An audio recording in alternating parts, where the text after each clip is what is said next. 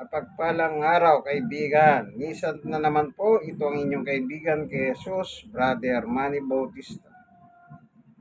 Nasa programa po tayo ang tunay na pagbubunyag ng katotohanan o salita ng Diyos ayon sa Biblia. Po, yan, ayon sa Biblia. Ngayon, ito po'y araw na pagdiriwang o kapistahan ng tinatawag ng Nuestro Padre Jesus Nazareno. Diyan siya po sa Quiapo, Maynila. Kasalukuyan po pinuprosesyon. Ang galing po sa Luneta, balik. Ngayon, prosesyon naman, ibabalik naman po uli sa simbahan ng Quiapo. At ang tema po nila ngayon ay, ito po yung nakasulat sa 1. Gusto naming makita si Jesus. Sa 1:12, nakasulat po yan, ano? Okay. Basahin na lang po natin, ano? Sa 1:12-20, may ilang Grego dumalo sa pista upang sumamba. 21, lumapit sila kay Felipe na taga Bethsaida sa Galilea at nakiusap, Ginoo, nais po naming makita si Jesus. Yan po ang tema nila. Gusto naming makita si Jesus. 22, ito'y sinabi ni Felipe kay Andres at magkasama silang nagsabi nito kay Jesus. Yang si Felipe Andres, magkapatid po yan. 23, sumagot si Jesus, dumating na ang oras upang luwalhati ng anak ng tao. Ayun, ano po? Nasa Biblia yung tema po nila ngayon na pagpapaprosesyon ng Nazareno. At yung Nazareno naman ay nandito naman po sa Mateo. Basahin natin, ano?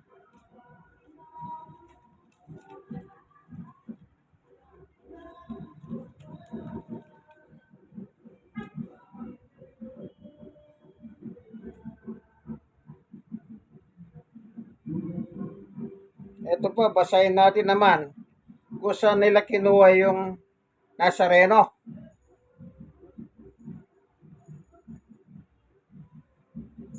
Dito po sa Mateo 2:19, pagkamatay ni Herodes, nagpakita kay Jose sa panaginip ang isang anghel ng Panginoon habang siya nasa Egypto. 20, sinabi sa kanya ng anghel, bumangon ka, dalhin mo na sa Israel ang iyong magina. Si Maria Teres po yun, sapagkat patay na ang mga nagtatangka sa buhay ng bata. 21, kaya to bumangon nga si Jose at dinala sa Israel ang kanyang magina. Ngunit nang mabalitaan niyang nag-ahari sa Judea si Arquelao na anak ni Herodes. Si Herodes po yung nagpapatay sa mga bata, 2 years old pababa. Kasi po, nalaman niya, ipinanganak po ang hari. Kaya ayaw niyang mapalitan siya bilang hari. Kaya nagulumihanan si Herodes at inalam kung saan magmumula ang hari. So, yung mga pantas, sinabi niya, pag nakita nyo, balitaan nyo ako para makasamba sa kanya. Pero, ang totoo nun, ang gusto ni Herodes, malaman ko saan nakatira si Jesus para patayin. Kasi siya po yung hari eh. Yan, kaya sabi ng anghel sa panaginip do sa mga mago, wag na kayong dumahang kay Herodes. Kaya nagiba po sila ng landas. Kaya sa galit ni Herodes, lahat ng bata sa nasasakupan niya, mula sa 2 taon pababa, pinapatay niya pong lahat. Kaya nakalagay po rito, patay na yung gusto pumatay sa bata. Ngunit nang mabalitaan niyang nag-ahari na sa Judea si Arquelao, na anak ni Herodes, natakot siya pumunta doon at dahil binigyan siya ng babala sa kanyang panaginip na sila'y tumuloy sa Galilea at doon nanirahan sa 23 at doon nanirahan sa bayan ng Nazaret. Sa gayon natupad na sinabi ng mga propeta, si tatawaging Nazareno. Yon. Yung Nazareno naman po, yon, dahil sa Nazaret po siya tumuloy, ano po?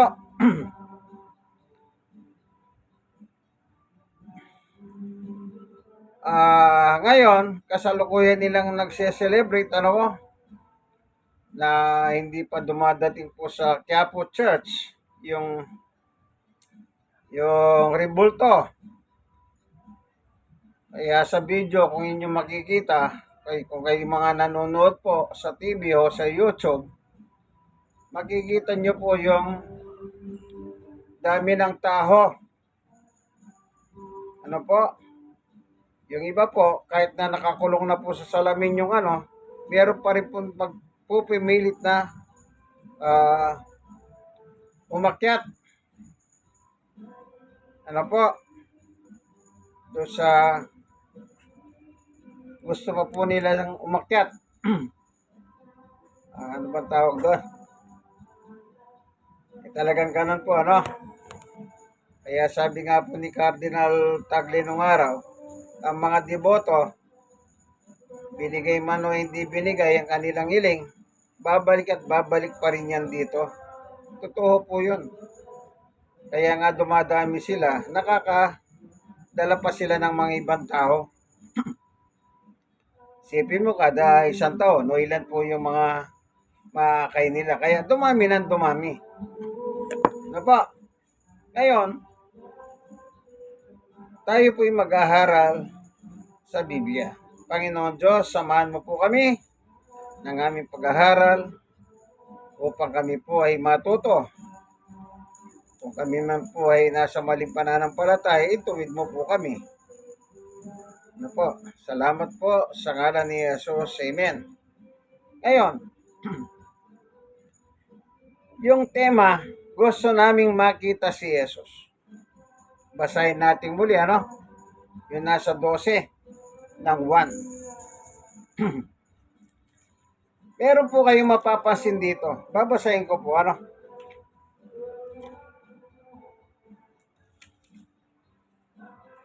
Ito. Gamit ko nga palang Biblia, Magandang Balita Biblia, Catholic Edition. Ano po? Purihin ng Panginoon. Ano?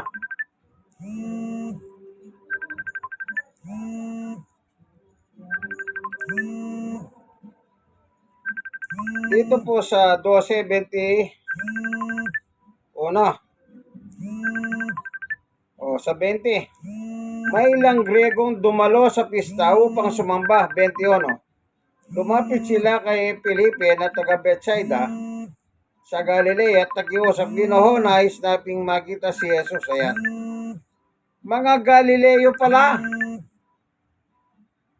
ay Grego. Mga taong Grego. Itong temang ito, siyang ginagamit nila, kaya yung nakita ko po sa mga video, sa mga picture, yun ang nakalagay tema, gusto namin makita si Jesus at nakaandun po sila sa Quiapo. Noong panahon na nangangaral si Jesus na gusto siyang makita ng mga Grego, talagang gusto nilang makita si Jesus. Kasi po, naging popular na si Jesus noong panahon niya. Sa pangangaral niya, pagpapagaling, pagbuhay ng mga patay, talagang naging popular na po si Jesus. Kaya yung ibang tao, Gusto nilang makita talaga ng personalan si Jesus. Oh, personal. Gusto nilang makita ng personal. Pero yung ngayon, yung mga Pilipino sa panahon natin, yun ang tema, pag binasa mo, hindi naman sila Griego, Pilipino sila. At gusto daw nilang makita si Jesus nung nandun sila sa Quiapo. Anong makikita mo ron? Sigurado ka ba yung mga rebulto doon, si Jesus ngayon ang itsura niya? Sa totoong buhay lang po tignan mo yung Santo Niño nandun. At saka mo tignan yung Nazareno. Sigurado ka ba si Jesus nga yan? Wala naman pong sa realidad, wala pong nakakita na nakapagguhit ng mukha ni Jesus o nakadrawing. Sa kasaysayan, wala po. Ang alam kong kasaysayan yan, yung si Michelangelo, pumasok sa isang inuman sa bar, meron siyang nakitang mahamo ang muka. Yun po ang ginawa niya, kamukha ni Jesus. I-search nyo po yan, Michelangelo. Sa kasaysayan. Manginginom ng alak ang nakita niya pero mahamong muka. Yun ang kinopya niya, yun ang ginawa niyang mukha ni Jesus na tinatawag nila siya si Jesus. Yung reality talaga, wala pang camera noon, wala pang nakapagbuhit sa mukha ni Jesus. At saka yung sinasabi nilang nung nakapako sa cross, yung may dugo, yung tinapal kung ano man yung tinapal sa mukha niya, na bumakat yung mukha niya. Ay hindi naman po totoo yan. Hindi po. Wala pong historyng ganyan na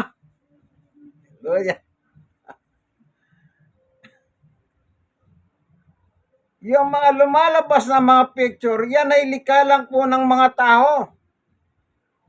Ngayon, sabi nila, kunwari nakatingin po silang ganyan sa simbahan, gusto naming makita si Jesus. Yun ang tema ng lastrasyon ngayon. Kapistahan po ngayon. Sino makikita mo ron? Si Jesus nasa langit na, nakaupo sa kanan ng Diyos. Noong panahon na nangangaral siya, talagang gusto siyang makita.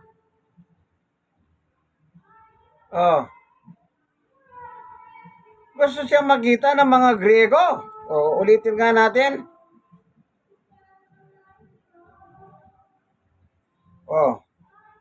Sa 1:12:20, may ilang Griego dumalo sa pista upang sumamba. 21, lumapit sila kay Felipe na taga Bethsaida sa Galilea at nakiusap, Ginoo, nais po namin makita si Jesus. 22, ito'y sinabi ni Felipe kay Andres at magkasama silang nagsabi nito kay Jesus.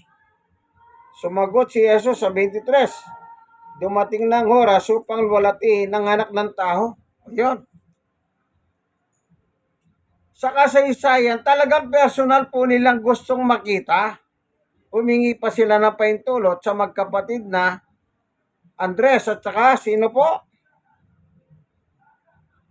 Heto, pangalan ng isa. Felipe. Nakiusap sila. Kasi po, popular na talaga si Jesus noon. Marami na siyang napapangaralan, marami nang sumusunod sa kanya na madalas pinagagaling po yung iba't ibang sakit. Ano po? Pero ngayon, hindi mo na makikita si Jesus. Anong sabi ni Jesus? Nung siya nangangaral, dito pa rin sa 1:14, basahin natin. 14:15. Kung inihibig ninyo ako, tutuparin ninyo ang aking mga utos. Yun po. Hindi sinabi ni Jesus na kailangan makita nyo ako ngayon. Ngayon nasa kanan ng Diyos, nakaupo po sa langit eh. Ang sabi niya, kung inihibig niyo ako, tutuparin ninyo ang aking mga hutos. Dapat tuparin na lang po natin ang mga hutos ni Jesus. Sa ngayon, kasi hindi na natin siya magkikita.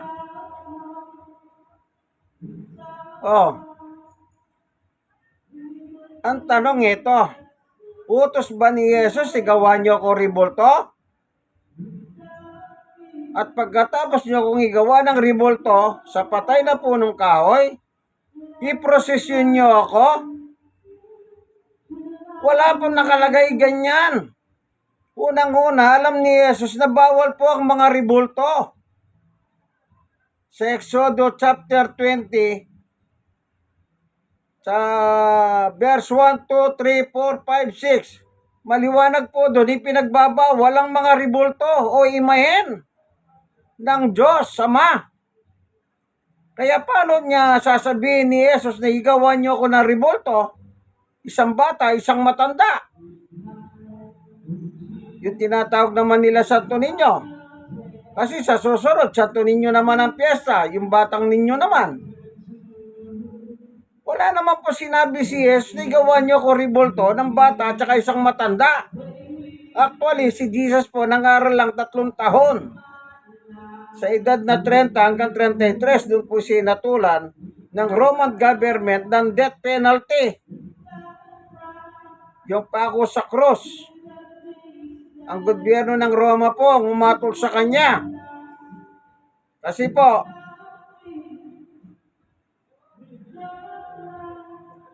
basahin nyo na lang po sa kasaysayan at sa Biblia. Itanong nyo sa mga pari, alam nila yan. Di na naman nila may tatanggihan eh. Ano po? Kaya sabi ni Jesus, kung mahal mo siya, hindi naman niya sinabi, i-prosesyon mo ako o sumama ka sa lastrasyon. Prosesyon. Hindi. Tuparin mo lang po yung utos niya. Kung anong iniutos ng Panginoong Yesus, yun po ang susundin mo. Ngayon, pag sinunod mo yung utos ng Panginoong Yesus, sasamahan ka ng Diyos. Babasa po tayo dito po sa ikalawang 1.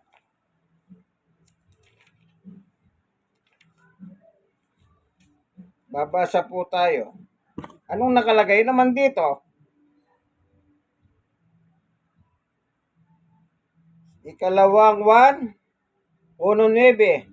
Ang hindi na nanatili sa turo ni Kristo, kundi nagdaragdag dito, ay wala sa kanya ang Diyos.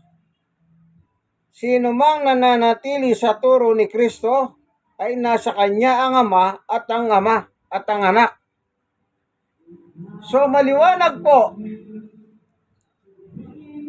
yung nananatili kay Jesus na turo, sasabahan ka ng Diyos at ni Jesus.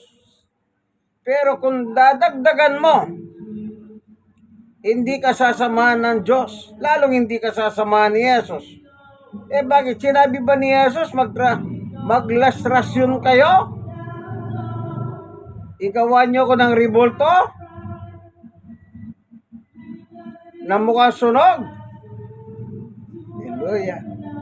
Hindi po pa panlalait na kay Jesus yan. Sa reality po, Diyos si Jesus. At gwapo po yung mga Hudyo, matatangos ang ilo. Pagkatapos ganyan ang gagawin nyo ribulto, sige na nga. Kung totoo man, sinabi ni Jesus, gawa nyo siya na ribulto. Sa tingin nyo, matutuwa si Jesus na ganyan ang kanya ribulto? Sunog? Nakakatakot? Takyot? Hindi mo pa paglapastangan sa kanya yan? Ikaw kaibigan, magpagawa ka nga ng mukha mo sa mga eskultor na sunog ang itsura, gwapo ka. Anong tingin mo? Babayaran mo? Kaya paglapastangan po sa kanya. Kaya kahit na gumamit ka pa ng Biblia, yung nasa Biblia, tama po yun. Pero yung ginagawa nila ngayon, yun ang hindi tama. Ano yan? May tama nga sila. Isipin mo, ipoprosesyon mo yung rebulto? Oh. Ay hindi na po akma yan sa pananampalataya. Hindi po makakristiyanong pananampalataya yan. Actually, sa Biblia nga naman, ang tawag dyan, mga ano po, anong tawag, mga pagano, pagano, yung prosesyon, pagano, hindi po kristyano. Pag tunay kang kristyano, hindi mo gagawin yan. Wala pong tunay na kristyano, nagpuprosesyon ng Nazareno o lastrasyon. Wala. Ang totoong mga kristyano, sinusunod kung yung gusto ni Jesus ayon sa kanyang turo at aral. Oh, tandaan nyo po yan. Kaya sa Bible po, maliwanag ano? Ang utos, sumunod tayo kay Jesus. Oh, maliwanag po eh. Sasamahan ka ng Diyos kapag hindi mo dadagdagan ang utos ni Jesus. Wala namang inutos na gumawa po kayo ng prosesyon, traslasyon, rebulto niya para iikot sa mga bawat lugar. Wala pong ganon. Ang sabi niya, kung hinihibig niyo ako, especially kayong mga deboto, namamanata, pwede naman kayong manalangin kahit na wala ng ganyan. Sa totoo lang, tinuruan na nga tayo ni Jesus ng manalangin. Ano po ba yung tinuro niya? Yung nasa Mateo 6:9? Ama namin, nasa langit ka, sambahin ang ngalan mo. Dumating nawa ang iyong kaharian dito sa lupa, ganun din sa langit. Oh, maghari ka po sana sa amin. Bigyan mo kami ng pagkain na araw-araw. Tinuruan na po tayo ng tamang panalangin o padron ng panalangin ni Jesus.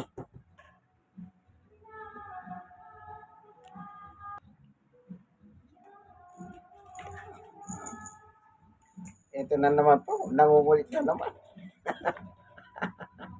Pasensya na po kayo, pabisan-bisan na extra po si Summer. Ano? Talagang nakakahaliw po talaga eh.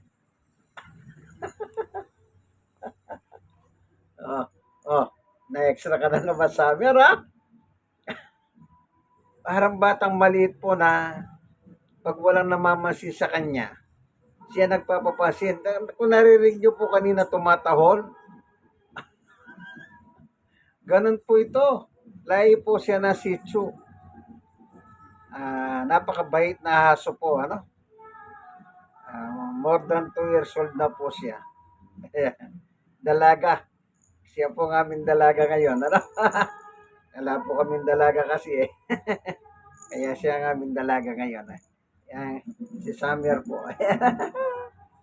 Mahilig ugali niya po yun, ano? Isa sa mga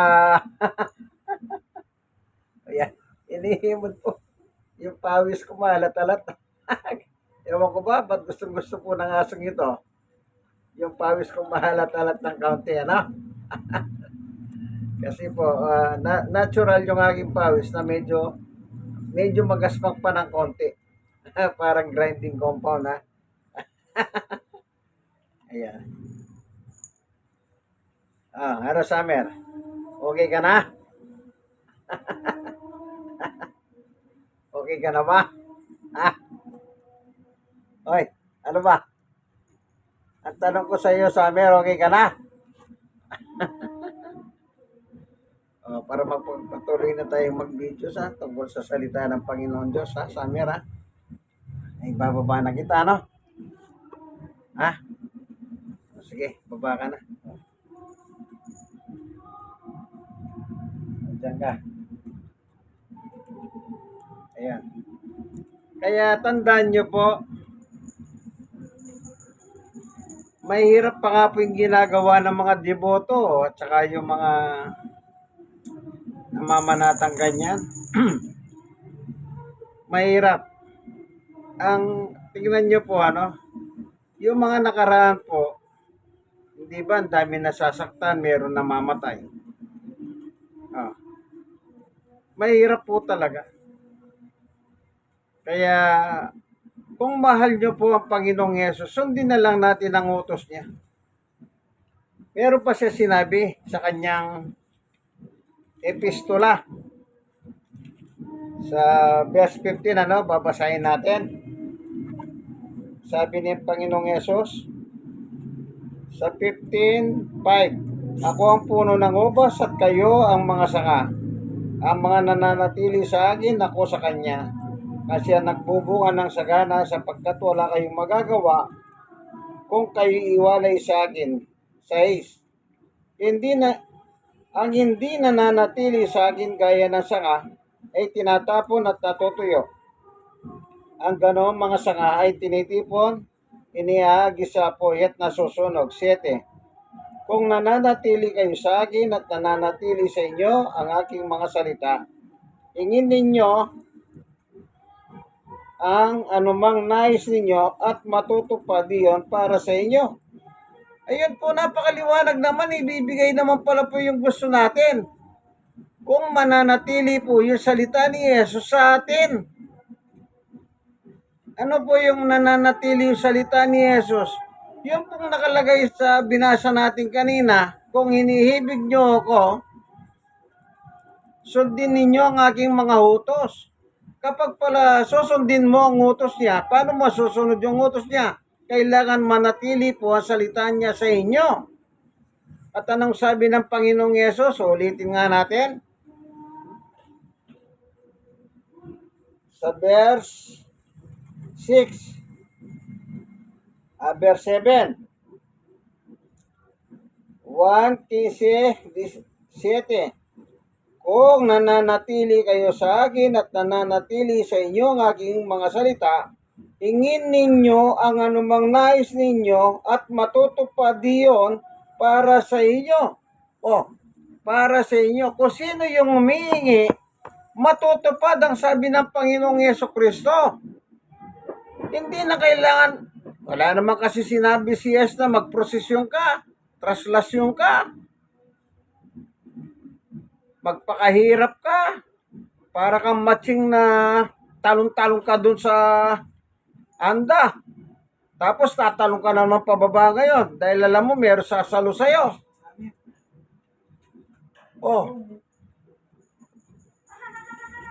Dapat hindi po ganon.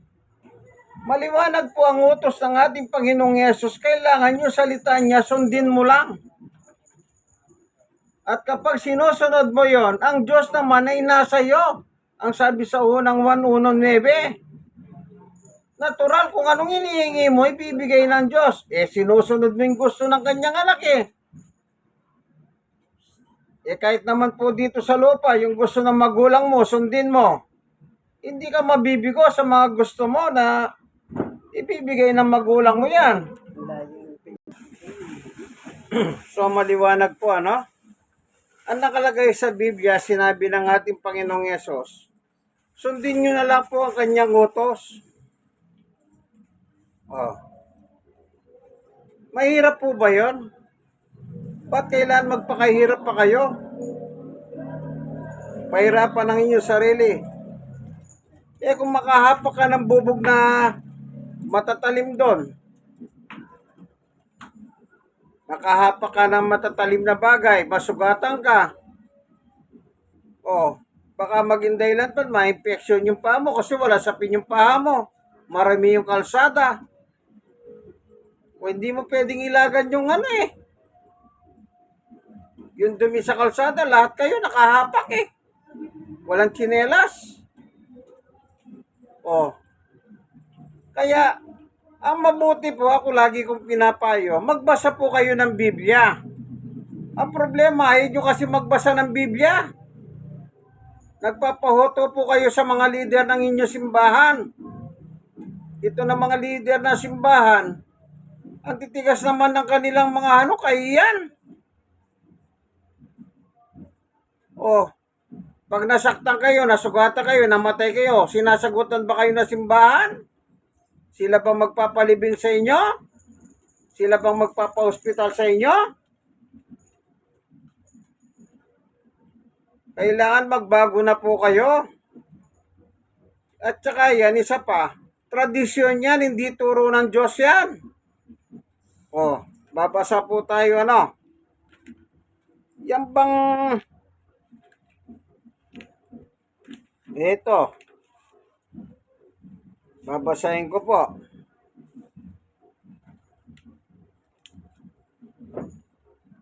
Mateo 15:3. Sinagot sila ni Jesus, bakit naman ninyo nilalabag ang utos ng Diyos? Dahil sa inyong mga tradisyon. O, kita nyo po, paglabag pa sa utos ng Diyos, ang mga tradisyon ninyo. Yung translasyon, tradisyon po yan.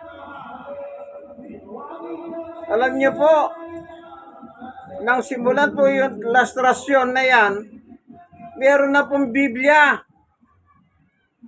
na pwedeng basahin. Kanya lang ang problema, ayaw nyo lang magbasa ng Biblia.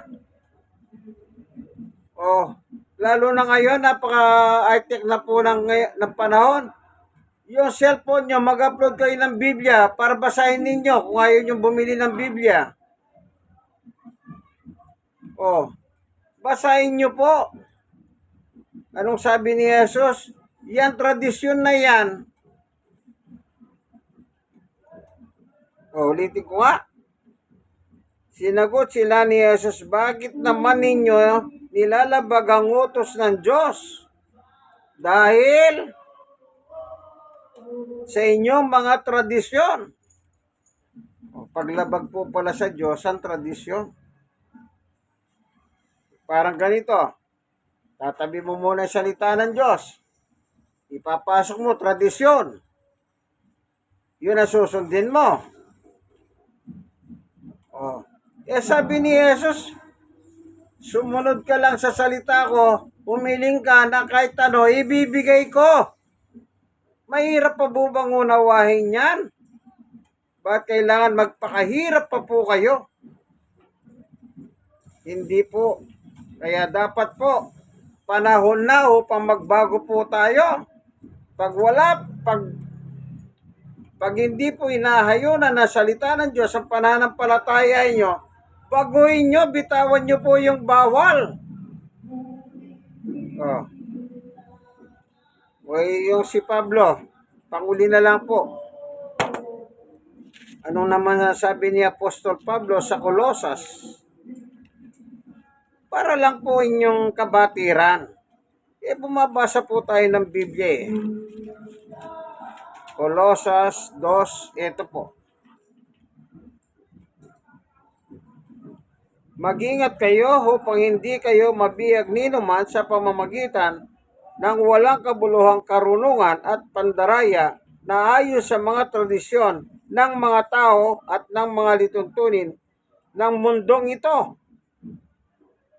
Yan tradisyon po pala galing sa tao. Yan lastrasyon galing di sa tao yan.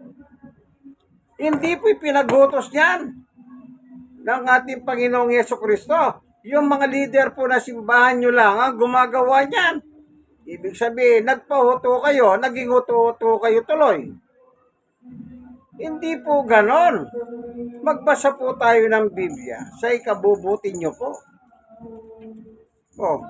Ang akala nyo, tapat na tapat ba kayo sa Diyos ang ginagawa ninyong yan? Bakit gusto ng Diyos na magpakahirap pa kayo? Tama na yung pagpapahirap ni Jesus sa kanyang katawan sa panahon ng ipako siya sa krus. Sapat na po yun. Tama na yun. Ba't po kayo nagpapakahirap? Anong dahilan? Hindi po ba kayo nakakaunawa ng salita? Kahit hindi po kayo nag-aral. Naintindihan nyo naman po ang salita Kaya kung minsan nasasabi tuloy nila kung sino pa yung mga titulado, sila pa ang nagiging bobo. Oh, totoo naman yan eh. Ang pangako ng Panginoong Yesus, umiling ka ng sa kanyang ama, ibibigay niya. Pero, ang kondisyon, sundin mo muna ang kanyang utos. Hindi naman utos ang lastrasyon eh. O prosesyon. Wala naman sinabi mo manata kayo. Maging deboto kayo. Meron po ba nagsabi maging deboto kayo? O aral ng mga apostol? Meron po ba nakasulat maging deboto kayo sa mga rebolto? Huwag na po kayong mga tuwiran. Hindi po, walang pupuntahan ng inyong katwiran. Tandaan nyo po yan. Ano po? Mahirap po ba yan? Nasundin ang gusto ng Panginoong Yesus? Simple lang. Tanong, iniibig mo ba siya? Kung oo, sagot mo, di sundin mo. Huwag ka sumama dyan. Salamat, Panginoon Diyos. Sa katotohanan na tinuro mo po sa amin sa oras pong ito. Nawa magliwanag ang puso at isip ng mga tao na nanonood po ng aking munting video. Kung sila man po ay may bigat sa kanilang buhay, yung paghahanin. Kung mayroon man mga sakit, iyong pagalingin. Salamat po sa ngalan ni Jesus. Amen. Isan pa, ito pong inyong kaibigan kay Jesus, Brother Manny Bautista. Nasa programa po tayo ang tunay na pagbubunyag ng katotohanan ng salita ng Diyos ayon sa Biblia. Po, yan, kaibigan. Alam mo na yan. Like and share. Kayo mga na-sharean po, i-share nyo nang i-share sa marami. Para naman meron po silang matutunan. Ano po? Yun lang po. Hanggang dito na lamang po. God bless us all.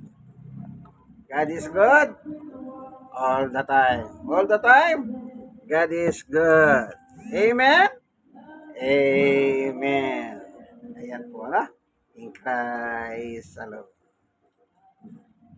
Magandang balita. Biblia po ang aking ginamit. Catholic edition. Ano po? Bigay ng mga simbahang Katoliko. Galing po sa isang nakabilanggong preso ito na ng kanyang kaso is about drugs. Nung lumaya siya, eto, bigay po sa akin. Na aking ginamit naman sa ating Bible study sa about translation. Bye-bye!